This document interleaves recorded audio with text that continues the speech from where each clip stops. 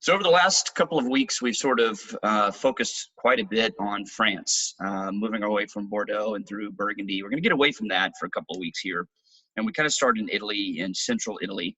And I think it's important to note that for your own personal syllabus, to make sure and sort of break these things up, I would say don't study all of Italy together. Don't make them to Italy Day or an Italy week. Break it up. Study, Texas wine. Study British Columbia. Pepper in other things that are a little bit different so that you don't find yourself on game day or in the presence of guests or in a retail setting, mixing up your regions that have similar languages, of course. So originally, we split up central Italy away from Tuscany. So this really should be titled Central Italy, Not Tuscany.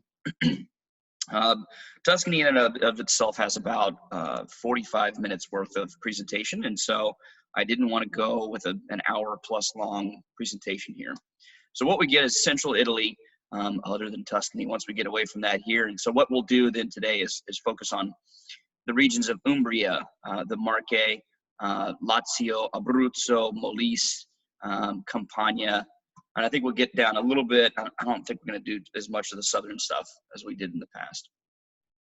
We start with Umbria. Here's the beautiful map of the region. Here's the Tevere River, pretty critical. And you'll see the DOCGs are highlighted in bold here, the Torgiano Rosso Reserva and the Montefalco Sagrantino DOCG. I think it's also important to note there's some great DOCs here in Orvieto, and then, of course, within that, Lago di Corbara, which are pretty famous and things that you'll want to know things about as well. In addition to wine in Umbria, you'll find that olive oil is a major player when it comes to export products. And some of the best olive oils in all of Italy you'll find really kind of focused around the same area of Montefalco. And I think it's Salero is the name of the city that's in here, and Perugia is kind of close in there too. So history in Umbria really begins with Enrico Fermi toasting the Manhattan Project with Orvieto, oddly enough. The climate here, you'll find maritime winds from the Tyrrhenian Sea. We mentioned that river, the Tevere River, is landlocked, and you'll find the Apennines to the east of the region here. Major soil types, you will find more tufo in the Lago di Corbara area that we outlined within the Orvieto DOC. As far as your DOCGs are concerned, Torgiano Rosso Reserva focuses on Sangiovese, and you can see the aging requirements here, 36 months with a minimum of 6 in bottle. Great producer Lugna Roti was instrumental in the elevation of that DOCG in 1990. You can also produce Bianco and Spumante at the DOC level. And then with Sagrantino di Montefalco, these are 100% Sagrantino. And an interesting grape. It's sort of, you can see through it in the glass. It doesn't have a ton of pigment, but it certainly holds up with tannin and structure. So you'll see here the aging requirements of 37 months with 12 in wood. Plus there's Pasito, which Secco is kind of the new thing in Sagrantino di Montefalco. Your great producers here, of course, are Paolo Bea for more traditional styles and Arnaldo Coprai from the Wilson Daniels portfolio for a bit more modern style. Mentioned those DOCs. Orvieto is for Grechetto and Trebbiano Toscana, or what they call their Procanico. And then Lago di Corbara within Orvieto produces reds from international varieties plus Sangiovese. To the east of Umbria, we find the Marche. And if you look sort of down here at this map of Italy, it shows you in a dark orange coloration where the Marche is. And then before that, we were in Umbria, which is right there in the center and really one of the few landlocked places within Italy. Here we're looking at coastal, region, of course, right on the Adriatic coast. Some really fantastic bright whites that come out of here, as well as some pretty interesting red wines. The DOCGs here are Verdicchio di Metallica Reserva, which you'll find down here. Vernaccia di Serra Petrona, just southeast of that. And then your coastal ones, your Cornaro Reserva, Cornaro Rosso Reserva, really DOCG. Not quite as far to the coast, but Castelli di Jesi Verdicchio Reserva. A couple of other important DOCs to pay attention to, though. Ofida, that's DOCG. Filario DOC here. and then Lacrima di Moro DOC further up in the north. Beautiful wines here and a great area to visit for sure. Verdicchio, which is late ripening and super high acids, great for spumante. In the region of Marche, Vernaccia is red. So that's important to note because you'll see it in other regions of Italy focusing on white grapes. We mentioned those DOCGs here. The Metallica Reserva is higher elevation. As you get away from the coast, you start to get up into those foothills of the mountains. And so that's where you'll find the Metallica Reserva with a minimum of 18 months of aging. The Jezzy, we said, is a little more coastal, another minimum of 18 months. Your Conero Rosso Reserva is focused on Montepulciano with a little bit of Sangiovese in it, minimum of 2 years aging. Serra Petrona is interesting. Here it's sparkling red, and it can be dry or sweet, and typically from a percentage of Passito grapes. So that one certainly stands out. And then to the south in Ofida, the DOCG focuses on Montepulciano, and then the beautiful white wines, crystal clear and crisp, of Pecorino and Passerino. DOC's Rosso Pequeño surrounds Conero for lighter Montepulciano and Sangio. We saw that sort of coastal. And then Lacrima di Moro d'Alba is the Lacrima grape further in the north, and it's sort of Pinot Noir-like. Beautiful wines from coastal areas. As we move further south, we find Abruzzo. And you can see it here on this sort of green map of Italy. It houses just one DOCG, and that's Collini Terramani Montepulciano d'Abruzzo. And you'll see it outlined in this sort of light green area right up here. But critical DOCs that are within Abruzzo as well, you'll find Cerasuolo di Abruzzo, and you'll see here Abruzzo, Cerasuolo, Montepulciano d'Abruzzo, and Trebbiano d'Abruzzo sort of cover all of the area. Pretty interesting. And then a couple of little small standouts here: Ortona, Terratulesi, Villamagna, and Contraguerra. Again, coastal on that Adriatic coast, really a large contributor to sort of lower quality wines. Your Montepulciano is the most cultivated, and really it's second overall in the country.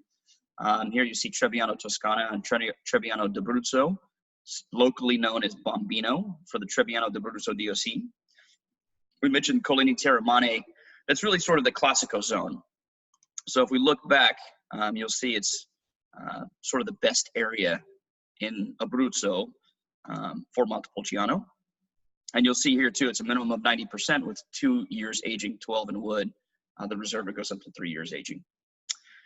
Your DOCs, Montepulciano d'Abruzzo, 85%. You'll find Amedio Pepe and Eduardo Valentini that actually don't produce DOCG, but are some of the great producers of the area. And here, I think it's important, Cerasuolo is Rosato style. I think it's also important to note that in Italy, there are 3 basic styles of rosé, and they range sort of in color up to almost like claret. And so Rosato is sort of the middle ground, if you will. Lazio, we switched to the western coast, back to the Tyrrhenian Sea, and sort of a big area, and it can be a little bit jumbled, I guess, so to speak, and hard to break down. There's a lot of DOCs, and you can see them all listed here, and we'll point out a few, I think, that are obviously critical. But here, of course, Roma is right in the center. And most of your great DOCGs are right there for Cannellino di Frascati and Frascati Superiore are both right here. And then further east, you'll find Cesenesi del Piglio. And those are your 3 DOCGs. But there's a handful that are important over here for DOC purposes and stuff that I've seen in market, Cesenesi di Affile. Of course, the Est di Montefiascone, which is up here in the north. Orvieto, I think, is critical, and that's right here, number 24. And those are some pretty popular ones we'll talk about. So here, tons of white consumed in cafes all over the place. This is home of really Trebbiano Toscana and Malvasia.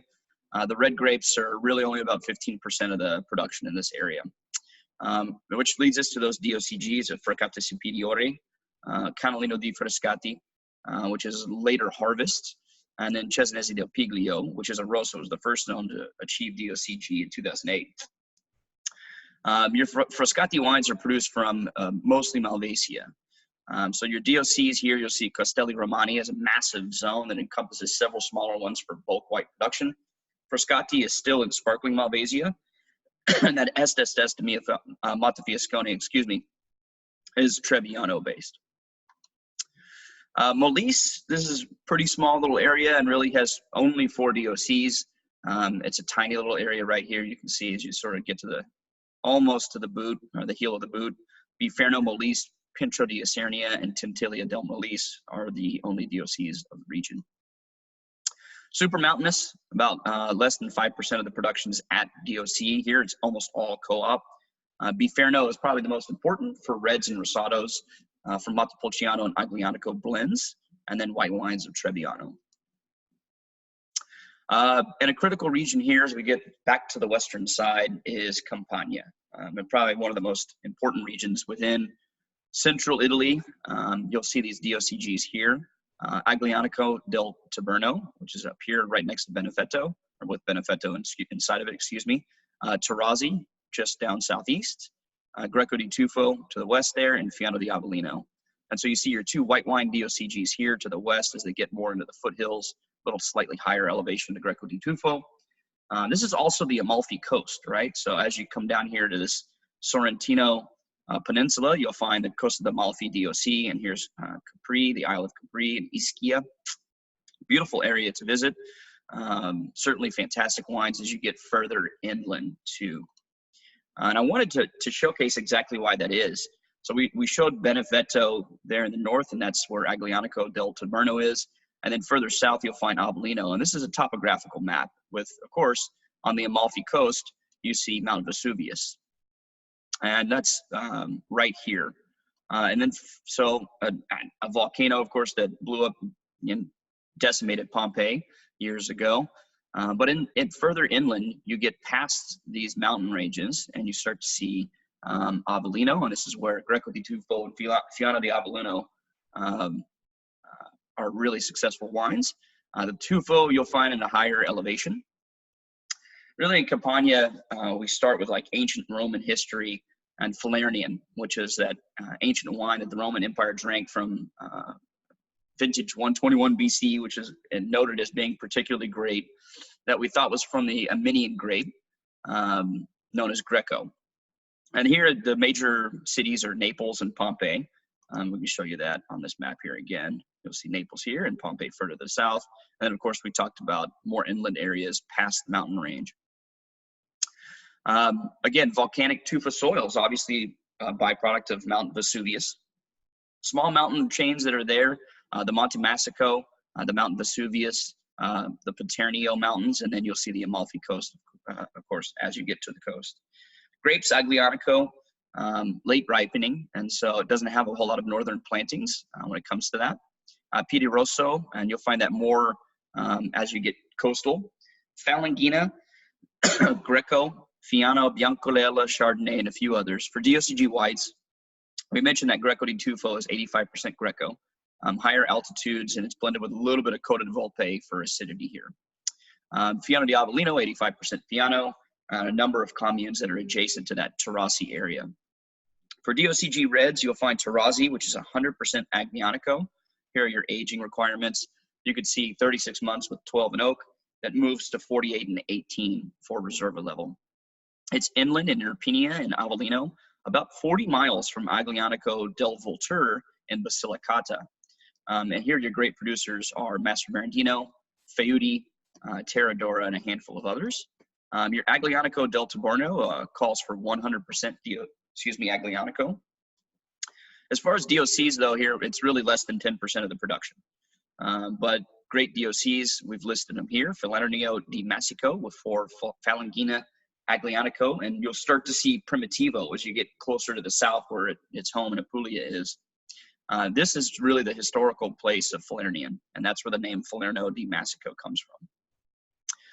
Falangina del Sanio, you see Pasito, dry and sweet wines. Campo Flegre for Falangina.